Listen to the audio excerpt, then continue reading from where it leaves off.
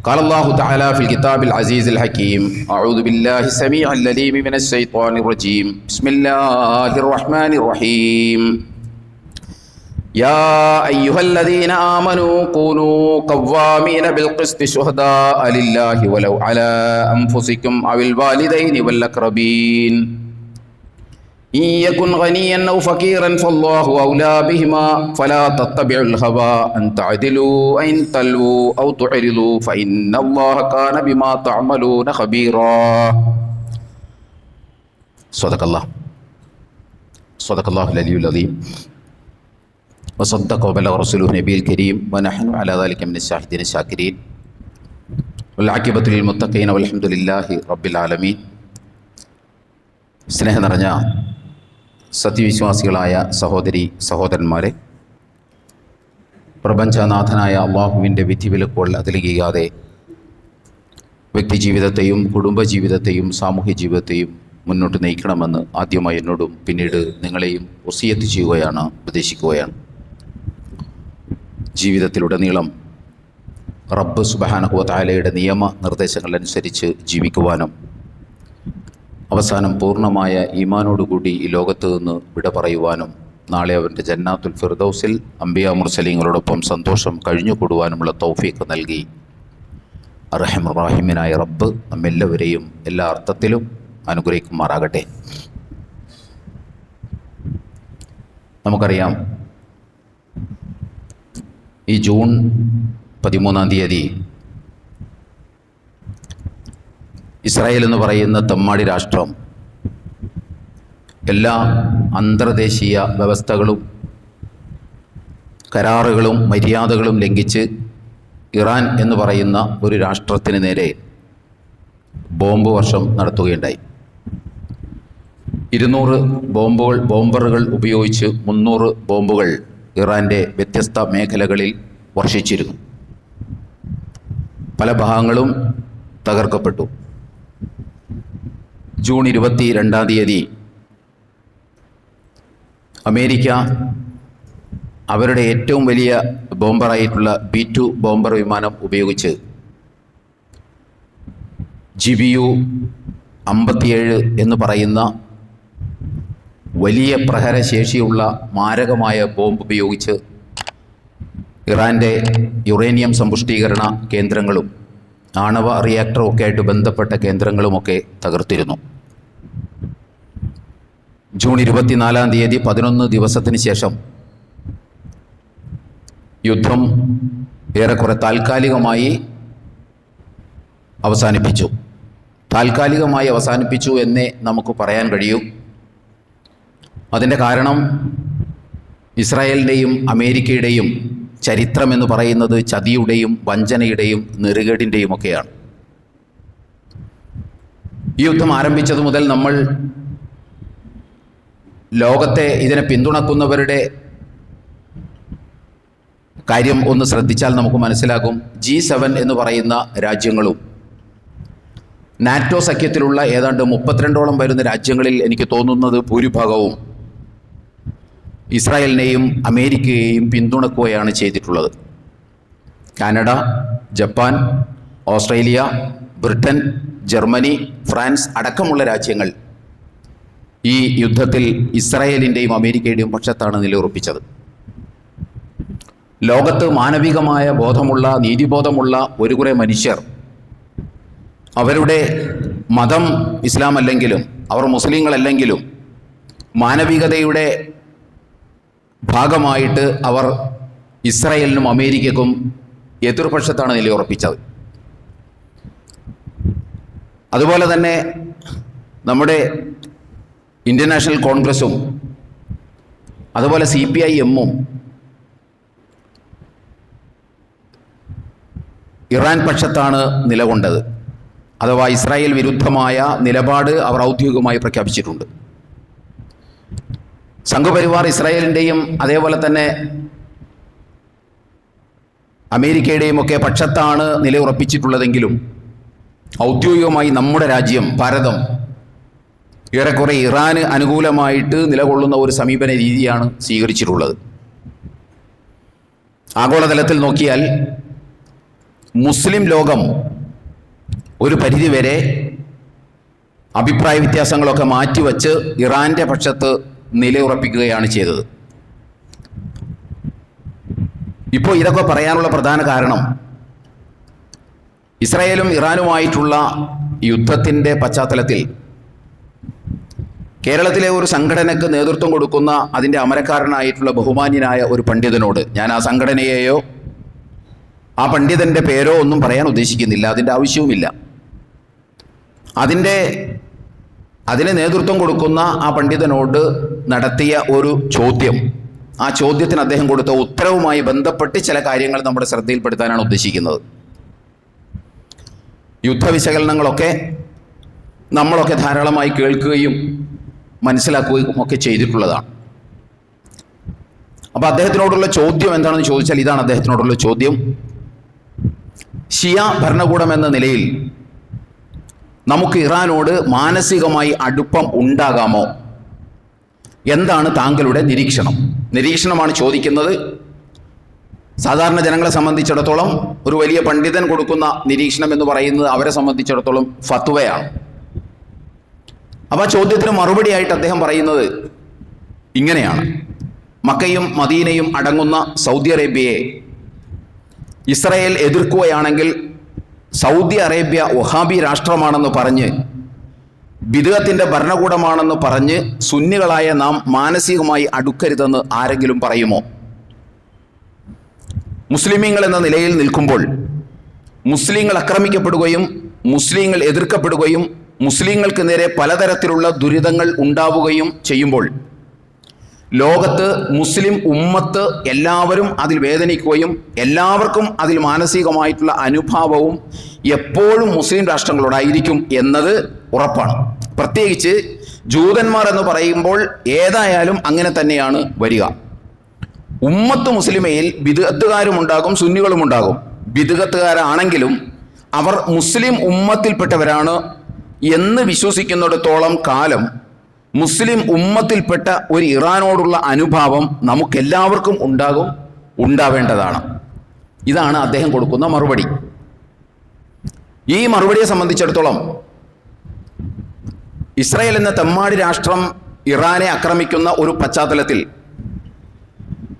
ഗൗരവതരമായ പശ്ചാത്തലത്തിൽ, ഷിയാക്കളുടെ വിശ്വാസങ്ങളിലെ വ്യതിചലനങ്ങൾ ഗംഭീരമായ ചർച്ചക്കെടുക്കുന്ന ആളുകളെ സംബന്ധിച്ചിടത്തോളം വളരെ ഉചിതമായ ഒരു മറുപടിയാണ് ഈ പണ്ഡിതൻ്റേത്. കാരണം ഇപ്പോൾ ഷിയാക്കളുടെ വിശ്വാസം എന്താണ്, സുന്നികളുടെ വിശ്വാസം എന്താണ് എന്ന് ചർച്ച ചെയ്യേണ്ട സമയമല്ല. അതിനപ്പുറം അമേരിക്ക എന്ന് പറയുന്ന രാഷ്ട്രത്തിൻ്റെ, നെറികെട്ട രാഷ്ട്രത്തിൻ്റെ പിന്തുണയോടുകൂടി ഇസ്രായേൽ എന്ന് പറയുന്ന തെമ്മാടി രാഷ്ട്രം ഇറാനെ ആക്രമിക്കുകയാണ്. അതും യാതൊരു പ്രകോപനവുമില്ലാതെയാണ് ആക്രമണം നടക്കുന്നത്. 200 ബോംബർ വിമാനങ്ങൾ ഉപയോഗിച്ച് 300 ബോംബുകൾ വർഷിച്ചാണ് ആക്രമണം നടത്തിയത്. അതിനു പുറമെ അമേരിക്കയുടെ B-2 ബോംബർ വിമാനങ്ങളുടെ GBU 57 എന്ന് പറയുന്ന അതിമാരക പ്രഹരശേഷിയുള്ള ബോംബുകളും ഉപയോഗിച്ച് ആക്രമണം നടത്തുകയാണ്. ഈ സന്ദർഭത്തിൽ ഷിയാക്കളുടെ വിശ്വാസം എന്താണ്, അവർക്ക് സഹാബികളെ കുറിച്ചുള്ള കാഴ്ചപ്പാട് എന്താണ്, ആ കാര്യത്തിലൊക്കെ നമുക്ക് വിയോജിക്കാം, പ്രശ്നമൊന്നുമില്ല.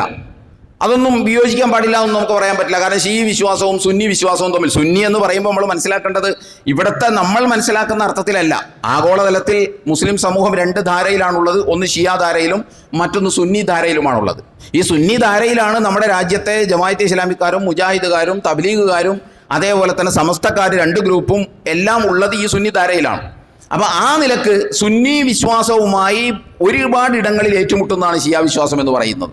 അതുകൊണ്ട് അത് നമുക്ക് വിയോജിക്കാം, നിരൂപണം ചെയ്യാം. പക്ഷേ ഈ സന്ദർഭത്തിൽ അത് എടുത്തിട്ടല്ല അലക്കേണ്ടത്. അപ്പോൾ ആ നിലക്ക് കാര്യങ്ങൾ നോക്കിക്കാണുന്ന ആളുകളെ സംബന്ധിച്ചിടത്തോളം ഇദ്ദേഹത്തിൻ്റെ മറുപടി വളരെ ഉചിതമാണ്. പക്ഷേ ഇദ്ദേഹത്തിൻ്റെ മറുപടിയിൽ നിന്ന് സാധാരണ ഒരാൾക്ക് വായിച്ചെടുക്കാൻ കഴിയുന്ന ഒരു കാര്യം, ഇറാനെ മുസ്ലിം ലോകം പിന്തുണയ്ക്കുന്നത് ഇറാൻ ഒരു മുസ്ലിം രാഷ്ട്രമായിട്ടാണ് എന്നാണ് സാമാന്യേന ഒരാൾ അതിനകത്ത് വായിച്ചെടുക്കാൻ പറ്റുക. ഇറാൻ ഒരു മുസ്ലിം രാഷ്ട്രമായതുകൊണ്ടാണ് മുസ്ലിം ലോകം അതിനെ പിന്തുണക്കുന്നത്, മുസ്ലിം ഉമ്മത്തിനെ പിന്തുണക്കുന്നതിൻ്റെ ഭാഗമായിട്ടാണ് നമ്മളതിനെ പിന്തുണക്കുന്നത് എന്നാണ്. ഈ മറുപടിയിൽ ചില പന്തികേടുണ്ട്.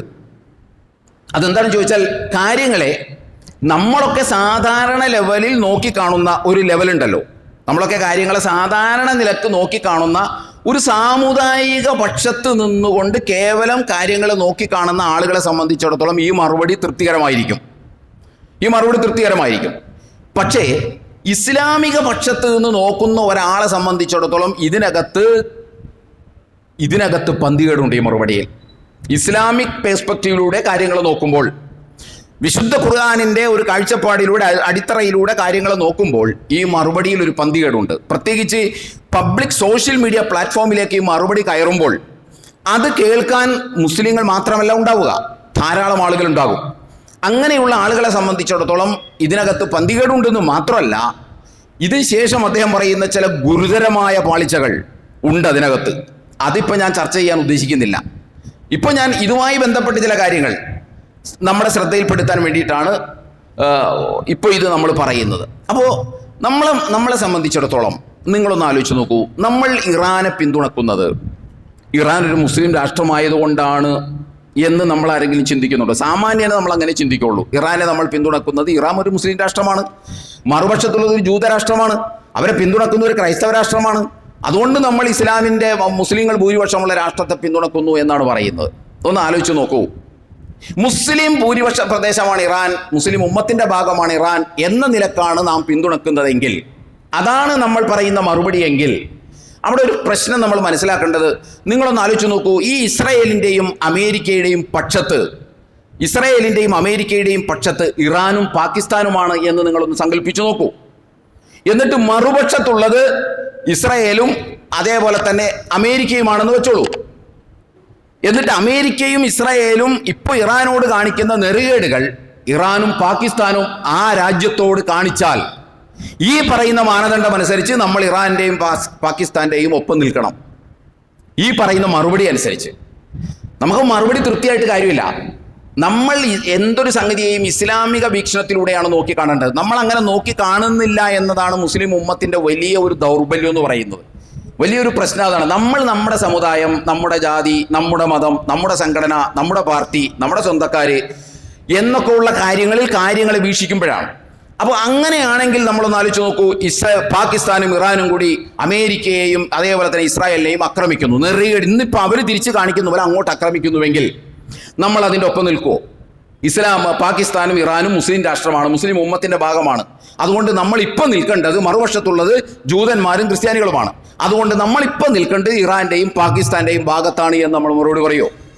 നമ്മൾ അങ്ങനെ മറുപടി പറഞ്ഞാൽ, ഇപ്പോൾ അമേരിക്കയുടെയും അതേപോലെ തന്നെ ഇസ്രായേലിൻ്റെയും കാര്യത്തിൽ ക്രൈസ്തവ സമൂഹവും ജൂത സമൂഹവും ഒരു നിലപാടെടുക്കുകയാണ്. അമേരിക്ക ക്രൈസ്തവ രാഷ്ട്രമാണ്, ഇസ്രായേൽ ലോകത്തെ ഏക ജൂതരാഷ്ട്രമാണ്, അതുകൊണ്ട് ഞങ്ങളെല്ലാവരും ഇപ്പോൾ അവരെയാണ് പിന്തുണക്കുന്നത് എന്ന് അവരുടെ ഒരു റബ്ബി ഫത്വ കൊടുത്താൽ, ആ ഫത്വയെ നമ്മൾ ശരിയാണെന്ന് പറയേണ്ടി വരില്ലേ? ഒന്ന് ആലോചിച്ച് നോക്കിയേ. അവരുടെ ഒരു റബ്ബി, ഒരു ജൂത റബ്ബി മറുപടി കൊടുക്കുകയാണ്, ഇപ്പോൾ നമ്മുടെ ഉമ്മത്താണ് ഇവിടെ ഉള്ളത്, ജൂത ഉമ്മത്താണ് ഇവിടെ ഉള്ളത്, ജൂത സമൂഹമാണുള്ളത്, നമ്മുടെ നിലനിൽപ്പിന് ഭീഷണിയാണ്, അതുകൊണ്ട് നമ്മളെല്ലാവരും ഇസ്രായേലിനെ മാത്രമേ പിന്തുണക്കാൻ പാടുള്ളൂ. ഇത് പറയുമ്പോൾ നമ്മളൊരു കാര്യം ആലോചിക്കണം. വാഷിങ്ടണിലും അതേപോലെ തന്നെ ഈ ഇറാനിലും അടക്കം, എന്തിനേറെ ഇസ്രായേലിലടക്കം, ഇസ്രായേലിൻ്റെ ഇപ്പോഴത്തെ തെമ്മാടിത്തരത്തിനെതിരെ ഒത്തിരി ജൂത സംഘടനകളുണ്ട്, ഒത്തിരി ജൂതന്മാർ പ്രതികരിക്കുന്നുണ്ട്. അപ്പോൾ അത് അവിടെ നമ്മൾ മനസ്സിൽ വെക്കുക. അപ്പോൾ ഇങ്ങനൊരു മറുപടി കൊടുത്താൽ നമുക്കത് ശരിയല്ല എന്ന് പറയേണ്ടി വരില്ല, ശരിയാണെന്ന് പറയേണ്ടി വരും.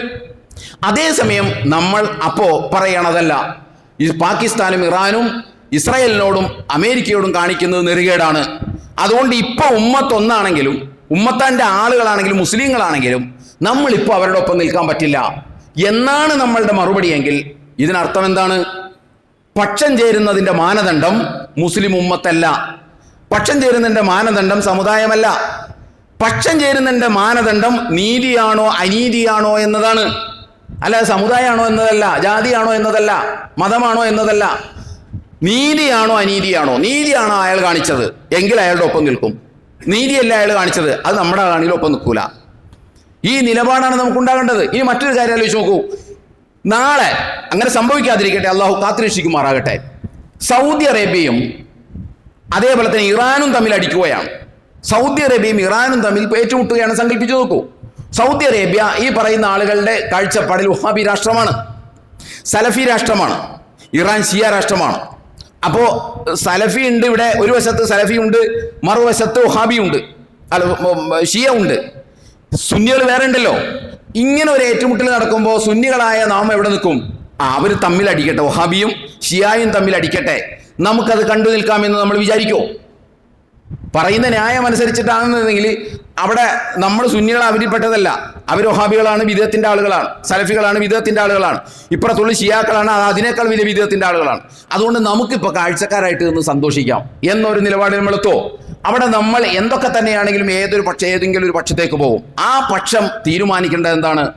അവർ സലഫിയാണോ ഇവര് ഷിയാണോ എന്നല്ല, ചെയ്ത പണി ന്യായമാണോ അല്ലേ എന്നതിൻ്റെ അടിസ്ഥാനത്തിലാണ്. ചെയ്ത പണി ന്യായമാണോ അല്ലേ എന്നാണ് നമ്മൾ നോക്കേണ്ടത്. ഇത് നമ്മൾ ജീവിതത്തിൽ പാലിക്കേണ്ട ഒരു സംഗതിയാണ്. നമ്മൾ ഈ നമസ്കരിക്കുമ്പോഴും നോമ്പെടുക്കുമ്പോഴും ഹജ്ജ് ചെയ്യുമ്പോഴും ദിക്റും സലാത്തും തസ്ബീഹും തക്ബീറും തഹ്മീലും ഒക്കെ ചെല്ലുമ്പോഴും നമ്മൾ ജീവിതത്തിൽ വളരെ ഗൗരവത്തോടു കൂടി കാണേണ്ടത് ഈ സംഗതികളെയൊക്കെയാണ്. ഞാൻ പറയുന്നു 10 ദിക്ർ കുറച്ച് ചൊല്ലിയാലും 10 സ്വലാത്ത് കുറച്ച് ചൊല്ലിയാലും ജീവിതത്തിൽ തീരുമാനങ്ങൾ എടുക്കേണ്ടി വരുമ്പോൾ, ഇടപെടൽ നടത്തേണ്ടി വരുമ്പോൾ, സാമ്പത്തിക ഇടപാടുകൾ നടത്തേണ്ടി വരുമ്പോൾ, സംസാരിക്കേണ്ടി വരുമ്പോൾ, നിലപാടുകൾ എടുക്കേണ്ടി വരുമ്പോൾ, പക്ഷം ചേരേണ്ടി വരുമ്പോൾ നമ്മൾ അവിടെയൊക്കെ നോക്കേണ്ടത് ഈ പറയുന്നത് ശരിയോ തെറ്റോ, നീതിയോ അനീതിയോ എന്നതാണ്. ഇവിടെയാണ് നമ്മൾ മനസ്സിലാക്കേണ്ടത് ഒരു സംഗതി. കാരണം ഒരു വിശ്വാസിയുടെ ദൈനംദിന ജീവിതത്തിൽ അത് വ്യക്തി ജീവിതമുണ്ടാകും, കുടുംബ ജീവിതമുണ്ടാകും, സാമൂഹ്യ ജീവിതമുണ്ടാകും, രാഷ്ട്രീയ ജീവിതമുണ്ടാകും, സാമ്പത്തിക ജീവിതമുണ്ടാകും. ഇങ്ങനെ ഡേ ടു ഡേ ലൈഫിൽ നമുക്ക് ഒരുപാട് തീരുമാനങ്ങൾ എടുക്കേണ്ടി വരും, ഒരുപാട് സംസാരിക്കേണ്ടി വരും, ഒരുപാട് പക്ഷം ചേരേണ്ടി വരും. ഒരു പക്ഷത്ത് നിന്ന് സംസാരിക്കേണ്ടി വരും, ചിലപ്പോൾ വിധി കൽപ്പിക്കേണ്ടി വരും, ചിലപ്പോൾ സമീപനങ്ങൾ സ്വീകരിക്കേണ്ടി വരും. ഇങ്ങനെയുള്ള ഘട്ടങ്ങളിലൊക്കെ നമ്മെ സംബന്ധിച്ചിടത്തോളം ഇസ്ലാമിൻ്റെ വളരെ ഉയർന്ന ഒരു മൂല്യമുണ്ട്. പല ഘട്ടത്തിൽ നമ്മളിവിടെ പറഞ്ഞു പോയിട്ടുള്ളതാണ്. ഇസ്ലാമിൻ്റെ വളരെ ഉയർന്ന ഒരു മൂല്യമുണ്ട്. ആ ഉയർന്ന മൂല്യമാണ് ജസ്റ്റിസ് എന്ന് പറയുന്നത്, നീതി. ജസ്റ്റിസ് എന്ന് പറയുന്നത് ഇത് ചില്ലറ സംഗതിയല്ല. വിശുദ്ധ ഖുർആൻ വളരെ ഗൗരവത്തോടു കൂടി നോക്കിക്കാണുന്ന ഒന്നാണ് നീതി എന്ന് നമ്മൾ മനസ്സിലാക്കണം. വളരെ ഗൗരവത്തോടു കൂടി നോക്കിക്കാണുന്ന ഒന്നാണ്. വിശുദ്ധ ഖുർആന്റെ 16-ാം അധ്യായം 93-ാം വചനത്തിൽ അല്ലാഹു സുബ്ഹാനഹു വ തആല പ്രാഥമികമായി പറയുന്നു, ഇന്നല്ലാഹ യഅ്മുറു ബിൽ അദ്ലി വൽ ഇഹ്സാൻ. ഇന്നല്ലാഹ യഅ്മുറു ബിൽ അദ്ലി വൽ ഇഹ്സാൻ. അല്ലാഹു സുബ്ഹാനഹു വ തആല അദിൽ കൽപ്പിക്കുന്നു, നീതി കൽപ്പിക്കുന്നു. പിന്നെന്താ? ഇഹ്സാൻ, നന്മ കൽപ്പിക്കുന്നു. ഇത് പ്രാഥമികമായ അള്ളാഹുവിൻ്റെ ഒരു കൽപ്പനയാണ്. അല്ലാഹു സുബ്ഹാനഹു വ തആല നീതി കൽപ്പിക്കുന്നു എന്നുള്ളത്. അവിടെ നിന്ന് ഒരു പടി കൂടി കടന്നിട്ട് അല്ലാഹു സുബ്ഹാനഹു വ തആല 6-ാം അധ്യായം 152-ാം വചനത്തിൽ പറയുന്നു, വൈദാ കുൽതും ഫഅദിലു വലൗ കാന ദാ ഖുർബ.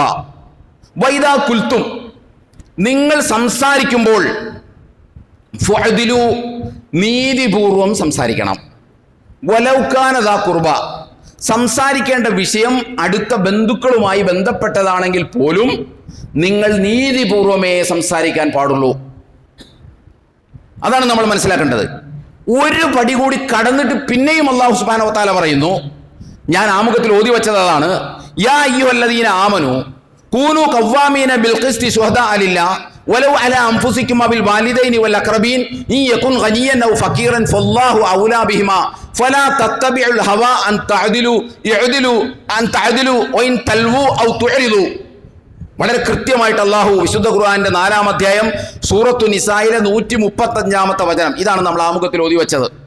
ഈ വചനത്തിൽ കുറച്ചുകൂടി കടന്ന അല്ലാഹു പറയുന്നത്, യാ അയ്യുഹല്ലദീന ആമനു, സത്യവിശ്വാസികളെ, കൂനു ഖവ്വാമീന ബിൽ ഖിസ്ത്, നീതിക്ക് വേണ്ടി നിങ്ങൾ നിലകൊള്ളണം. ശുഹദാ ലില്ലാഹ്, അല്ലാഹുവിന് സാക്ഷിയായിക്കൊണ്ട്. നീതിക്ക് വേണ്ടി നിലകൊള്ളണം, അല്ലാഹുവിന് സാക്ഷിയായിക്കൊണ്ട്. എന്നിട്ട് അല്ലാഹു പറയുന്നത് എന്താണ്?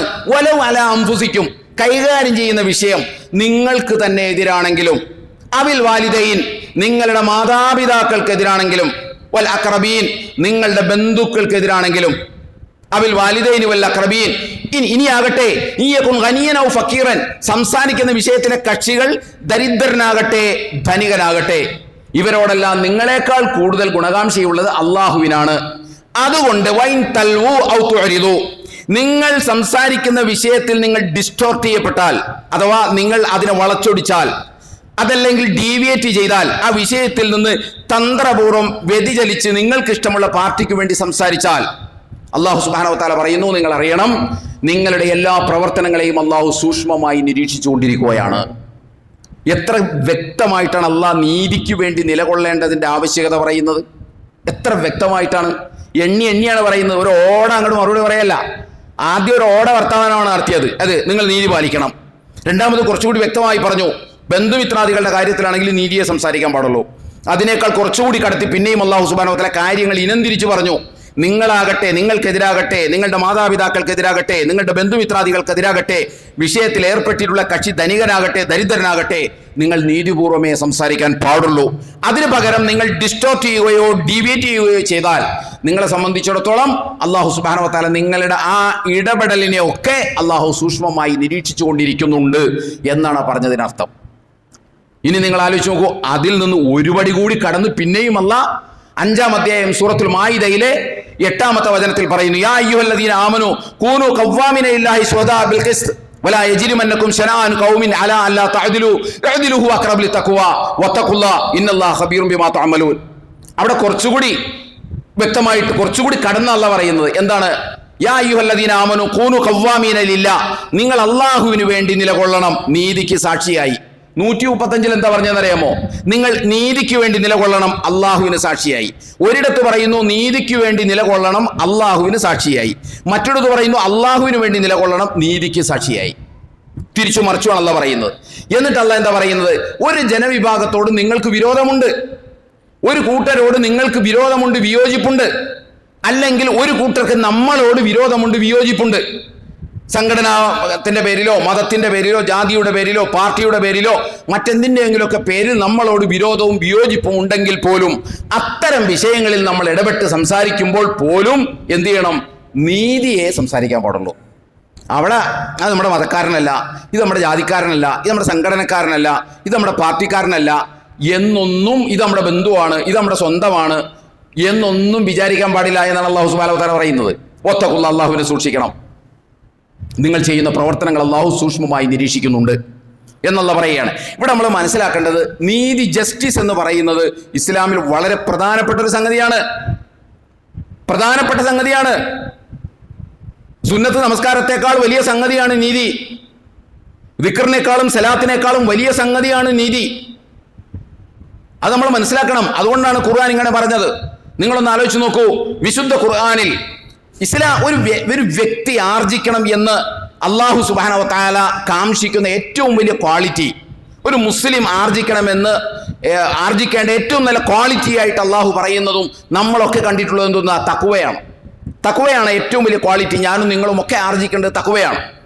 ഈ തഖ്വയോടെ ഏറ്റവും അടുത്തത് എന്ന് അല്ലാഹു സുബ്ഹാനഹു വ തആല 2 കാര്യത്തെക്കുറിച്ച് ഖുർആനിൽ പറഞ്ഞിട്ടുള്ളൂ. അതിലൊരു കാര്യം നീതിയാണ്. ഹു അഖ്റബു ലിത്തഖ്വ. ഇപ്പം ഞാൻ ഓതി വെച്ച 5-8 അല്ലാഹു സുബ്ഹാനഹു വ തആല അത് അവസാനിപ്പിക്കുന്നത് ഹു അഖ്റബു ലിത്തഖ്വ. ഇത് തഖ്വയോട് ഏറ്റവും അടുത്തതാണ്. ഏത്? നീതി തഖ്വയോട് ഏറ്റവും അടുത്തതാണ്. 2 സ്ഥലത്തെ പറയുന്നുള്ളൂ. ഒരു കാര്യം ഇതാണ്, മറ്റൊരു കാര്യം മറ്റൊന്നാണ്. അത് മറ്റൊരു സന്ദർഭത്തിൽ നമുക്ക് ചർച്ച ചെയ്യാം. അത്രയും പ്രധാനപ്പെട്ടതാണ്. വിരോധമുണ്ടെങ്കിൽ അയാൾക്കെതിരെ എന്തും സംസാരിക്കാമെന്നല്ല, വിയോജിപ്പുണ്ടെങ്കിൽ അയാൾ പറയുന്നതിനൊക്കെ തെറ്റാണെന്ന് വ്യാഖ്യാനിക്കുകയും സ്ഥാപിക്കാനും ശ്രമിക്കുകയല്ല ചെയ്യേണ്ടത്. അപ്പൊ നീതിയെ സംബന്ധിച്ചിടത്തോളം വളരെ പ്രധാനപ്പെട്ടതാണ്. എന്ന് മാത്രമല്ല, വിശുദ്ധ ഖുർആനിന്റെ 6-ാം അധ്യായം സൂറത്ത് അന്നാമിലെ 152, 51, 52, 53 വചനങ്ങളിൽ അല്ലാഹു സുബ്ഹാനഹു വ തആല തഖ്വ കൊണ്ട് വസിയത്ത് ചെയ്യുന്ന ഒരു ഭാഗമുണ്ട്. അവിടെ 9 ഗുണങ്ങളാണ് അല്ലാഹു സുബ്ഹാനഹു വ തആല തഖ്വ കൊണ്ട് വസിയത്ത് ചെയ്യുന്നത്. 9 ഗുണങ്ങൾ, 9 ക്വാളിറ്റി. അതിൽ 8-ാമത്തെ ക്വാളിറ്റി ഞാൻ ഓതി വെച്ച വൈദാ ഖുൽതും ഫഅദ്ലു വലൗ കാന ദാ ഖുർബ. നിങ്ങൾ സംസാരിക്കുന്നുണ്ടെങ്കിൽ നീതിപൂർവമേ സംസാരിക്കാൻ പാടുള്ളൂ. അത് നിങ്ങളുടെ ബന്ധുവാണെങ്കിലും ശരി അങ്ങനെ ചെയ്യാൻ പാടുള്ളൂ എന്ന കൽപ്പനയാണ് 8-ാമത്തത് അല്ലാഹ് പറയുന്നത്. അതുമാത്രമല്ല, 5-ാം അധ്യായം സൂറത്തുൽ മാഇദയുടെ ആ ആയത്തിന്റെ അവസാനവും അതുപോലെ തന്നെ 4-ാം അധ്യായം സൂറത്തു നിസായിന്റെ ആയത്തിന്റെ 135-ാം ആയത്തിന്റെ അവസാനവും അല്ലാഹു സുബ്ഹാനഹു വ തആല ഈ 2 ആയത്തിന്റെയും അവസാനത്തിൽ പറയുന്നത് എന്താണെന്നറിയാമോ? നിങ്ങൾ ഇത്തരം വിഷയങ്ങളിൽ ഇടപെടുമ്പോൾ നിങ്ങൾ നീതിപൂർവമാണോ ഇടപെടുന്നത് അല്ലേ എന്ന കാര്യം അള്ളാഹു സൂക്ഷ്മമായി നിരീക്ഷിക്കുന്നുണ്ട് എന്ന് പ്രത്യേകം പറഞ്ഞുകൊണ്ടാണ് 2 ആയത്തും അവസാനിപ്പിക്കുന്നത്. വെറുതെ എന്തെങ്കിലും പറഞ്ഞ് ഈ ആയത്തൊന്ന് അവസാനിപ്പിക്കേണ്ടതെന്ന് വിചാരിച്ച് പറഞ്ഞതല്ല അല്ലാഹ്. നമ്മൾ അങ്ങനെ ചിന്തിക്കണ്ട. ഇതിപ്പോൾ തുടങ്ങിപ്പോയല്ലോ, ഇത് എവിടെയെങ്കിലും ഒന്ന് അവസാനിപ്പിക്കണമല്ലോ എന്ന് വിചാരിച്ച് അന്ന കിടക്കട്ടെ ഇന്നല്ലാഹ ഖബീറും ബിമാ തഅമലൂൻ എന്ന് പറഞ്ഞ് അവസാനിപ്പിച്ചേക്കാം. അങ്ങനെ സൈക്കിളിൽ കയറിയിട്ട് ഇറങ്ങാൻ പറ്റാത്ത അവസ്ഥയിൽ അവതരിപ്പിച്ച ആയത്തൊന്നും അല്ലാതെ, മറിച്ച് ഈ കാര്യം വളരെ ഗൗരവമുള്ളതാണ്. ഇത് വളരെ ഗൗരവമുള്ളതാണ്. അവിടെ നിങ്ങൾ എങ്ങനെ ഇടപെടുന്നു, നിങ്ങളുടെ ദൈനംദിന ജീവിതത്തിൽ നിലപാടുകൾ എടുക്കേണ്ടി വരുമ്പോൾ, പക്ഷം ചേരേണ്ടി വരുമ്പോൾ, ഉഭയകക്ഷി ബന്ധങ്ങളിൽ സംസാരിക്കേണ്ടി വരുമ്പോൾ ഡേ ടു ഡേ ലൈഫിൽ, വ്യക്തി ജീവിതത്തിൽ, കുടുംബ ജീവിതത്തിൽ, സാമൂഹ്യ ജീവിതത്തിൽ, രാഷ്ട്രീയ ജീവിതത്തിൽ ഒക്കെ നിങ്ങൾ എങ്ങനെ ഇടപെടുന്നു? നീതിപൂർവമാണോ? അല്ലേ അവനവന് വേണ്ടി, അവനവൻ്റെ മതത്തിനു വേണ്ടി, അവനവൻ്റെ പാർട്ടിക്ക് വേണ്ടി, അവനവൻ്റെ സംഘടനയ്ക്ക് വേണ്ടി, അവനവൻ്റെ ബന്ധുക്കൾക്ക് വേണ്ടിയിട്ടാണോ നിങ്ങൾ സംസാരിക്കുന്നത് എന്ന് അള്ളാഹു സൂക്ഷ്മമായി നിരീക്ഷണം ചെയ്യുന്നുണ്ട് എന്നാണ്. ഇതാണ് ഇസ്ലാമിൻ്റെ നിലപാട്. ഇത് ഇസ്ലാമിൻ്റെ നിലപാടാണ്. അതുകൊണ്ട് തന്നെ മുസ്ലിമും ഇന്നും ഈ നിലപാട് ഉണ്ടാവാൻ പാടുള്ളൂ. ഇനി നിങ്ങളൊന്ന് ആലോചിച്ച് നോക്കൂ, നമ്മൾ ഇറാനും ഇസ്രായേലും തമ്മിലുള്ള വിഷയത്തിൽ നമ്മൾ എവിടെയാണ് നിലകൊള്ളേണ്ടത്? എവിടെയാണ് നമ്മൾ നിലകൊള്ളേണ്ടത്? മുസ്ലിം ആയതുകൊണ്ട് ഇറാന്റെ പക്ഷത്ത് നിലകൊള്ളുന്നു എന്നല്ല നമ്മൾ പറയേണ്ടത്. അങ്ങനെ പറയാൻ പാടില്ല. മുസ്ലിം ആയതുകൊണ്ട് നമ്മൾ ഇറാന്റെ പക്ഷത്ത് നിലകൊള്ളുന്നു എന്നല്ല പറയേണ്ടത്. മുസ്ലിം ഉമ്മത്തായതുകൊണ്ട് നമ്മൾ അവിടെ നിൽക്കുന്നു എന്നല്ല പറയേണ്ടത്. ഇപ്പോൾ നീതി ഇറാന്റെ പക്ഷത്താണ്. അതിന്റെ കാരണം ഇസ്രായേലിന്റെ ചരിത്രം നെറുകേടിന്റെയും ചതിയുടെയും വഞ്ചനയുടേതുമാണ്. ഇസ്രായേലിന് ഒരു നീതിയുമില്ല. ഇപ്പൊ തന്നെ ഇറാൻ എന്ന് പറയുന്ന ഒരു പരമാധികാര രാഷ്ട്രത്തിൽ കയറി ഇറാൻ അന്യായമായിട്ട് അടിക്കുകയാണ്, ഇസ്രായേൽ അന്യായമായി അടിക്കുകയാണ് ചെയ്തത്. യാതൊരു നീതിയുമില്ല. ഒന്ന് ആലോചിച്ച് നോക്കൂ. ഇവർക്കെല്ലാം ആണവായുധങ്ങൾ കയ്യിൽ വെക്കാം, ഇറാന് മാത്രം പറ്റില്ല. അതെന്താണ്? ഈ 193 രാഷ്ട്രങ്ങളാണ് ലോകത്തുള്ളത്. അതിനകത്ത് ഈ വലിയ ഏമാമാരിക്കൊക്കെ ഈ മാരകായുധം കയ്യിൽ വയ്ക്കാം, ഇറാന് പറ്റില്ല. എന്ത് നീതിയാണത്? ഹമാസ് അടിച്ചപ്പോ ഹമാസിലെ പോരാളികൾ 2023 ഒക്ടോബർ 7 ഇസ്രായേലിലേക്ക് ഇരച്ചു കയറി 10,000 ചില്ലാൻ ആളുകളെ കൊന്നൊടുക്കിയപ്പോൾ ഇവരെന്താ പറഞ്ഞത്? ഇങ്ങോട്ടടിച്ചു, അതുകൊണ്ട് തിരിച്ച് പ്രതിരോധിക്കാനുള്ള അവകാശം ഇസ്രായേലിനുണ്ടെന്നാണ്. പ്രത്യക്ഷത്തിൽ നോക്കുമ്പോൾ ശരിയാണ്. ഇന്നും എല്ലാവരും പറഞ്ഞുകൊണ്ടിരിക്കുന്ന അതാണ്. അതിന് മുമ്പുള്ള ചരിത്രമൊന്നും ആരും നോക്കാറില്ല. അത് പറഞ്ഞ അതേ ആളുകൾ തന്നെ അങ്ങോട്ട് കയറി ആക്രമിച്ചിട്ടും G7 ഉച്ചകോടി പോയിരുന്നിട്ട് പറയുകയാണ് ഇസ്രായേലിന് പ്രതിരോധിക്കാനുള്ള അവകാശം ഉണ്ടെന്ന്. ഒന്ന് ആലോചിച്ച് നോക്കൂ, എത്ര വലിയ തെമ്മാടിത്തരമാണ് പറയുന്നതെന്ന്. ഹമാസുകാർ ഇങ്ങോട്ട് അടിച്ചപ്പോൾ ഞങ്ങൾ അങ്ങോട്ട് അടിക്കുന്നു. പ്രാഥമികമായിട്ട് നോക്കുമ്പോൾ ശരിയാണ്, അവർ ഇങ്ങോട്ട് അടിച്ചുകൊണ്ടാണല്ലോ അപ്പം യുദ്ധം ഉണ്ടായത്. പക്ഷെ ഇവിടെ എന്താ സംഭവിച്ചത്? ഉറങ്ങിക്കിടക്കുന്ന ഒരു രാഷ്ട്രം, ഒരു പ്രകോപനവുമില്ലാതെ ഒരു വെളുപ്പാങ്കാലത്ത് കൊണ്ടുപോയി 10-200 ബോംബിടുക. എന്നിട്ടും കൂട്ടത്തിലുള്ള രാഷ്ട്രങ്ങളൊക്കെ കൂടിയിരുന്നിട്ട് പറയാണ് അത് ഇവർക്ക് പ്രതിരോധിക്കാനുള്ള അവകാശം ഉണ്ടെന്ന്, ആക്രമിച്ച ആളുകൾക്ക് പ്രതിരോധിക്കാനുള്ള അവകാശം ഉണ്ടെന്ന്. ഇങ്ങനെ അനീതിയാണ്. അനീതിയിൽ ജനിച്ച് അനീതിയിൽ വളർന്ന് അനീതിയിൽ ഒടുങ്ങാൻ തീരുമാനിച്ച ഒരു രാഷ്ട്രമാണ് ഇസ്രായേൽ എന്ന് പറയുന്നത്. അതുകൊണ്ടാണ് നമ്മൾ ഇസ്രായേലിനെതിരാകുന്നത്. മറിച്ച് നീതിയുടെ പക്ഷത്താണ് അവർ നിലകൊള്ളുന്നത് എങ്കിൽ അവർ ജൂതന്മാരാണ് എന്ന ഒറ്റ കാരണത്താൽ നമ്മൾ അവരെ എതിർക്കാനേ പാടില്ല. നമ്മൾ എപ്പോഴും സംസാരിക്കുമ്പോൾ ജൂതന്മാർക്കെതിരെ സംസാരിക്കരുത്. കാരണം വംശീയമായ വിരോധം ഇസ്ലാമിലില്ല. ക്രിസ്ത്യാനികൾക്കെതിരെ സംസാരിക്കരുത്, വംശീയ വിരോധം ഇസ്ലാമിലില്ല. അതുകൊണ്ടാണ് പാടില്ല എന്ന് പറയുന്നത്. എല്ലാ ജൂതന്മാരും ഒരുപോലെയല്ല. അതുകൊണ്ട് സംസാരിക്കുമ്പോൾ നീതിപൂർവമേ സംസാരിക്കാൻ പാടുള്ളൂ. നീതി പാലിച്ചുകൊണ്ടേ നമ്മൾ ജീവിതത്തിൽ ഇടപെടാൻ പാടുള്ളൂ. ഞാനിത് പറയുന്നത് എന്താണെന്ന് ചോദിച്ചാൽ, ലോകത്ത് നമ്മൾ നോക്കിക്കഴിഞ്ഞാൽ പ്രാദേശിക തലം മുതൽ അന്താരാഷ്ട്ര തലം വരെയുള്ള മുഴുവൻ പ്രശ്നങ്ങളും നമ്മളൊക്കെ ജീവിക്കുന്ന നമ്മുടെ നാട്ടിലെ, നമ്മുടെ കുടുംബത്തിലെ, നമ്മുടെ പ്രദേശത്തെ, ഗ്രാമപ്രദേശത്തെ പ്രശ്നങ്ങൾ മുതൽ അന്താരാഷ്ട്ര ലെവലിൽ ഇപ്പോൾ നമ്മൾ കണ്ടുകൊണ്ടിരിക്കുന്ന പ്രശ്നങ്ങൾക്ക് വരെ അതിൻ്റെയൊക്കെ ഉറവിടം എന്താണെന്ന് ചോദിച്ചാൽ ആരെങ്കിലുമൊക്കെ അതിനകത്ത് അനീതി കാണിച്ചിട്ടുള്ളതുകൊണ്ടാണ്. നീതി ലഭിക്കാത്തത് കൊണ്ടാണ് ലോകത്ത് ഈ അഭയാർത്ഥികൾ ഉണ്ടായതും ഈ കുഞ്ഞുങ്ങൾ കൂട്ടക്കുരുതി ചെയ്യപ്പെടുന്നതും അതുപോലെ തന്നെ യുദ്ധങ്ങൾ ഉണ്ടാകുന്നതും എല്ലാം അന്യായം കാണിക്കുന്നതുകൊണ്ടുണ്ടാകുന്നതാണ്. അത് അന്താരാഷ്ട്ര ലെവലിൽ മാത്രമല്ല, അത് പ്രാദേശിക ഗ്രാമപ്രദേശങ്ങളിൽ പോലും പല പ്രശ്നങ്ങളും നമ്മുടെ കുടുംബത്തിലടക്കം ഉണ്ടാകുന്നത് നീതിപൂർവമല്ല നമ്മൾ കാര്യങ്ങളെ നോക്കുന്നത്. പകരം നമ്മൾ കാര്യങ്ങളെ നോക്കുന്നത് നമ്മുടെ പക്ഷത്ത് നിന്ന് മാത്രമാണ്,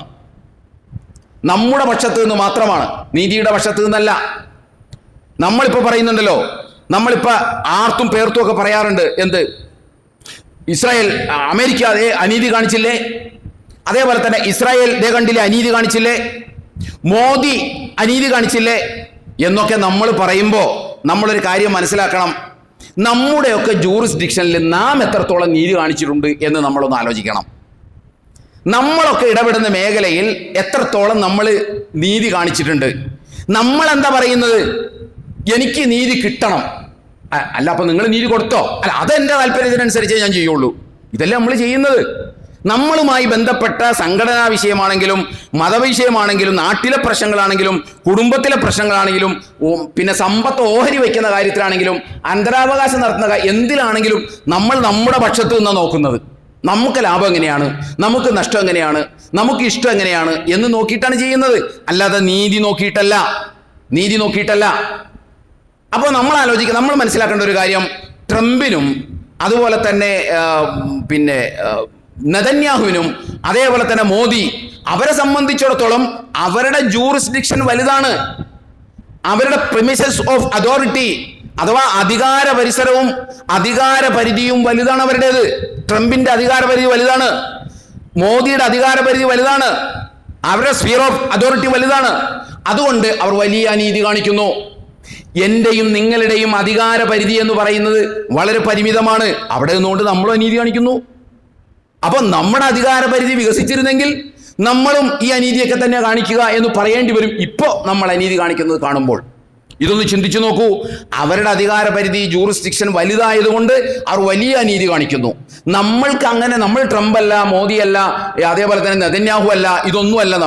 നമ്മളൊരു ഗ്രാമപ്രദേശത്തെ നമ്മുടെ അധികാര പരിധിയോട് ടാവട്ടോണ്. അവിടെ എന്തെങ്കിലും പ്രശ്നം വരുമ്പോൾ അതിലൊതുങ്ങിയുന്ന അനീതി നമ്മളും കാണിക്കുന്നുണ്ട്. അപ്പൊ പിന്നെ നമ്മൾ ആരെ കുറ്റം പറയുന്നത്? അപ്പൊ അതുകൊണ്ട് നമ്മൾ അനീതി കാണിക്കുന്നു എന്ന് പറയുമ്പോൾ താൻ എത്രത്തോളം നീതി കാണിച്ചിട്ടുണ്ട് ജീവിതത്തിൽ എന്ന് നമ്മളൊന്ന് ആലോചിക്കണം. മറിച്ച് നമ്മുടെ നിലപാട് എന്താണെന്ന് ചോദിച്ചാൽ, എനിക്ക് നീതി കിട്ടണം നിങ്ങളുടെ ഒക്കെ ഭാഗത്ത് നിന്ന്, രാഷ്ട്രനായകന്മാരുടെ ഭാഗത്ത് നിന്ന് കിട്ടണം, ഉദ്യോഗസ്ഥന്മാരുടെ ഭാഗത്ത് നിന്ന് കിട്ടണം, സുഹൃത്തുക്കളുടെ ഭാഗത്ത് നിന്ന് കിട്ടണം, എല്ലാവരുടെ ഭാഗത്തും എനിക്ക് നീതി കിട്ടണം. ഞാൻ നീതി കൊടുക്കുമോ? അതൊട്ട് കൊടുക്കുകയില്ല. അവിടെ വരുമ്പോൾ നമ്മുടെ താല്പര്യവും നമ്മൾ പരിഗണിക്കും. ഇങ്ങനെ എല്ലാ കാര്യങ്ങളും സമീപിക്കേണ്ടത്. അതുകൊണ്ട് മനസ്സിലാക്കേണ്ട ഒരു സംഗതി എന്താണെന്ന് ചോദിച്ചാൽ, എപ്പോൾ ഇടപെട്ടി എന്ത് സംസാരിച്ചാലും, ഞാൻ അന്താരാഷ്ട്ര ലെവലിൽ നിന്നാണ് തുടങ്ങിയത്, ഞാനിത് അവസാനിപ്പിക്കുന്നത് നമ്മളുമായി ബന്ധപ്പെട്ട കാര്യത്തിലാണ്. അത് പറയാനാണ് ഇത് മുഴുവൻ പറഞ്ഞു വെച്ചത്. അതിൻ്റെ ഗൗരവം മനസ്സിലാക്കണമെങ്കിൽ ഇങ്ങനെ പറയേണ്ടതുണ്ട് എന്ന് തോന്നിയത് കൊണ്ടാണ് അങ്ങനെ പറഞ്ഞത്. നമ്മുടെ ജീവിതത്തിൽ നമുക്ക് അവിടെ ഒന്നും പ്രത്യേകിച്ചൊന്നും ചെയ്യാനില്ല. ഏതെങ്കിലും ഒരു പക്ഷം ചേർന്ന് സംസാരിക്കാമല്ലോ. പക്ഷെ അപ്പം സംസാരിക്കുമ്പോൾ പോലും നീതിപൂർവ്വം സംസാരിക്കാൻ പാടുള്ളൂ. അല്ലാതെ എൻ്റെ മതക്കാരാണ് അത്, എൻ്റെ ജാതിക്കാരാണ് അത്, എൻ്റെ കച്ചവടത്തിൽ കൂട്ടുകമ്പനിക്കാരനാണ് അയാൾ എന്ന് പറഞ്ഞിട്ടല്ല സംസാരിക്കേണ്ടത്.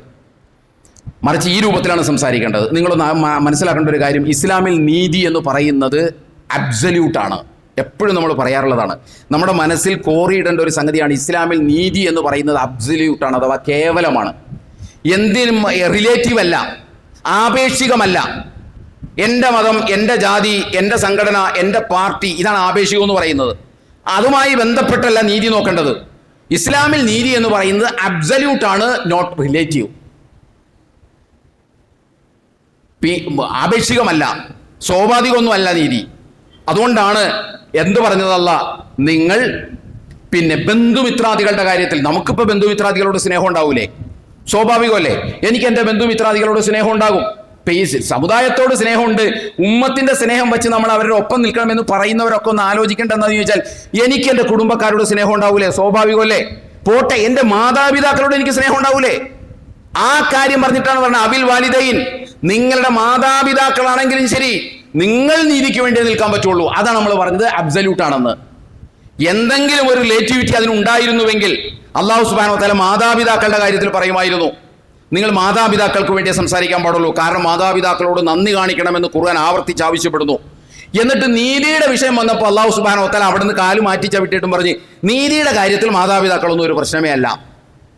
ഇതാണ് ഇസ്ലാമിൽ നീതിയുടെ ഗൗരവം എന്ന് പറയുന്നത്.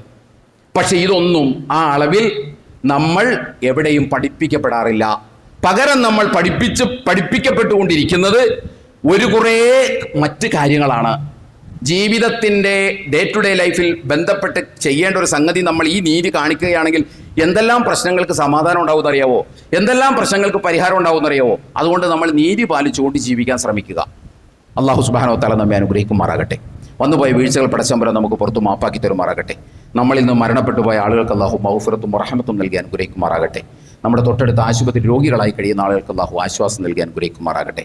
അഖൂലു ഖൗലി ഹാദാ വസ്തഗ്ഫിറുല്ലാഹ ലി വലക്കും വലിജമീഅൽ മുസ്ലിമീന വൽ മുഅ്മിനീന അജ്മഈൻ ഫസ്തഗ്ഫിറുഹു ഇന്നഹു ഹുവൽ ഗഫൂറുർ റഹീം.